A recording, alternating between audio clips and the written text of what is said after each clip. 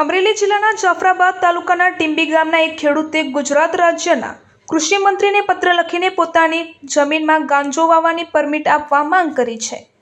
ખેતીમાં વધતા ખર્ચ અને પાકના ઘટતા ભાવને કારણે ખેડૂતો આર્થિક સંકટમાં મુકાયા હોવાનો મુદ્દો પણ પત્રમાં ઉઠાવવામાં આવ્યો છે।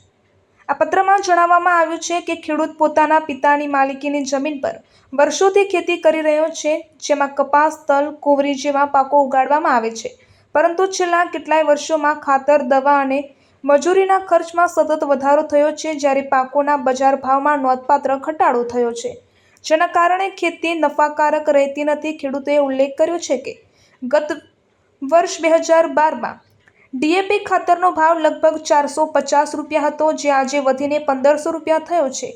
તેવી જ રીતે ડીઝલ અને મજૂરીના ખર્ચમાં પણ ભારે વધારો થયો છે, જ્યારે કપાસના ભાવમાં નોંધપાત્ર ઘટાડો નોંધાયો છે। આ પરિસ્થિતિમાં ખેડૂતોએ ખેતી છોડવાની નોબત આવી હોવાનું જણાવાયું છે। આ સંજોગોમાં ખેડૂતે સરકારને અનોખી માંગ કરી છે, જેમ કે કેટલીક જગ્યાએ પરમિટ આધારે દારૂ અથવા અન્ય વસ્તુઓ માટે છૂટછાટ આપવામાં આવે છે, તેવી જ રીતે તેમને ગાંજો વાવવાની કાનૂની પરમિટ આપવામાં આવે। ખેડૂતે ખાતરી આપી છે કે જો પરમિટ મળશે તો તે સરકારના તમામ નિયમોનું પાલન કરશે। સાથે સાથે ખેડૂતે ચેતવણી પણ આપી છે કે જો સરકાર સમયસર ધ્યાન નહીં આપે તો ઘણા ખેડૂતો ખેતી છોડવા મજબૂર બનશે, જેના કારણે આગામી પેઢી પણ ખેતી વ્યવસાયથી દૂર થઈ શકે છે।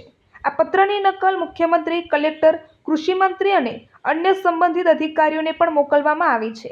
ખેડૂતની આ માંગ ચર્ચાનો વિષય બને છે અને હવે જોવાનું રહ્યું કે સરકાર આ પગલે શું પગલાં લે છે।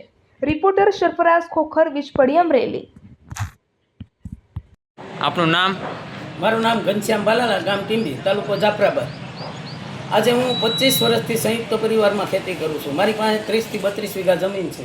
આ વર્ષે ચોમાસે મેં મગફળી અને ડુંગળી વાવી હતી, બરાબર। ત્યારે એમાં કમોસમી વરસાદને લીધે તમામ પાક ફેલ ગયો છે, એ તો કુદરતી છે।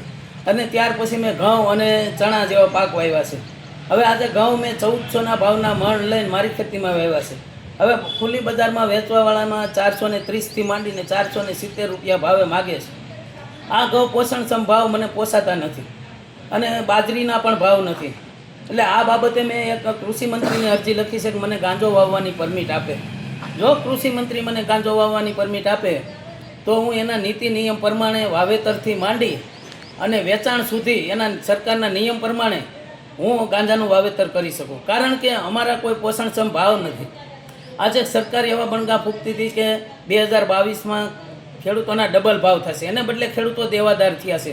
અત્યારે ખેડૂતોને તમામ પાકો આવી ગયા છે, એક પણ પાકનો ભાવ નથી પોષણક્ષમ, અને ખેત પેદાશોના ભાવ નથી। એની સામે ખેતીની વસ્તુ, દવા, ખાતર, બિયારણ લેવા જાય તો 3-4 ગણા ભાવ વધી ગયા છે। એટલે ન છૂટકે ખેડૂતોને ભારતનું બંધારણ ન હોવા છતાં અમારે આ માગણી ખેડૂતો પાસે કરવી પડે છે, કારણ કે આવતી પેઢીના કોઈ પણ બાળકો ખેતી કરવા તૈયાર નથી। અને જો ખેડૂત પોતે જ ખેતી છોડી દેશે તો હવે સરકાર બમણી આવક કોની કરશે? અને બીજા નંબરમાં કે અનાજ, કઠોળ કે ધન ધાન્ય પાક ખેડૂત પકવતા બંધ થઈ જશે તો આજથી 5 વર્ષ પછી દેશ માટે પણ મોટી વિકટ પરિસ્થિતિ આવવાની છે। આ માટે જો અમને ભાવ નહીં આપે તો અમને ગાંજો વાવવાની પરમિટ આપે અને કાં અમને પોષણક્ષમ ભાવ આપે, બેમાંથી એક સરકાર અમારું કરે। અને હું ઇન્ડિયા ન્યૂઝને તમામ ચેનલો વતી સરકારને એટલી વિનંતી કરું છું કે હું તો જાગૃત ખેડૂત છું, બીજા અભણ ખેડૂત પણ આત્મહત્યા કરે એ પહેલાં સરકાર અમારું ધ્યાન દોરે। જય જવાન, જય કિસાન।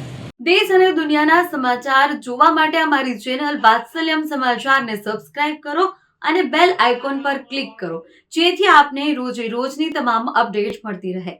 સાથે જ અમારા ફેસબુક અને ઇન્સ્ટાગ્રામ પેજને ફોલો કરો।